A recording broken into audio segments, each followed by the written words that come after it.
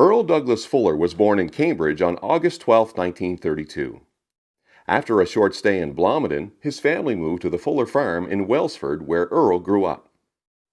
After attending school in Welsford, Earle moved on to Berwick for 2 years of high school. The yearbook in his graduating year described him as a valuable addition to the hockey, ball, and track teams. Earle's been involved in sports his entire life. As a boy, he skated and played hockey on local ponds, and in the summertime, played ball in Somerset and Berwick. Dad has always been interested in sport. I think the sort of excitement of it. From a young age, in school in Welsford, he sort of got involved in softball. He played with other communities like Somerset and Grafton.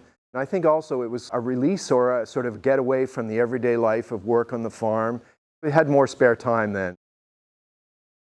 Among the ball teams he played for were the Somerset Farmers, who competed in the Berwick Town Softball League. Before he was out of his teens, Earle experienced his first taste of provincial-level competition with the 1949 Berwick Red Sox juvenile baseball team that came within a whisker of a Nova Scotia championship. The Red Sox, with Earle as a member of the pitching rotation, prevailed in playoff matchups with Windsor and Truro before being edged out by the Catholic Boys Club from Halifax in the provincial final. Since I lived in Somerset and Earle lived in Welsford, I've known Earle since he was a boy.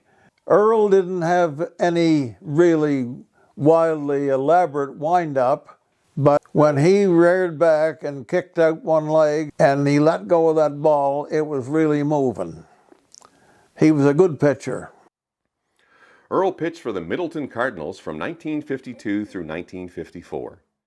I knew we were sort of short of a pitcher or so, and I knew Earle Fuller because I had played sports with him in Berwick. So I told the head of the team there in Middleton, and they said, bring him along. And the first time he pitched was in Windsor, and he pitched a good game. He had one problem. When he was playing, pitching against liberal left-handers, batters, when you throw that Tory curveball, you usually get hammered by them.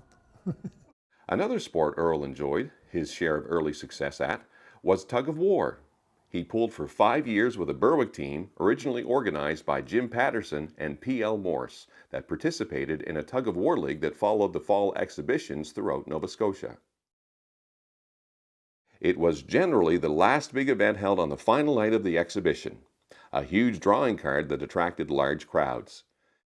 In 1962, all the practice put in by Earle and his teammates, including his brother Leon, paid off when Berwick captured the provincial championship, stringing together 7 victorious pulls culminating in a hard-fought victory over a team from Brule at the provincial exhibition to capture the championship.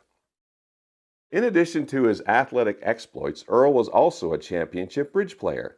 In 2013, Earle and his partner, Dave Foley, played in the Worldwide Bridge Championships against teams from 33 countries.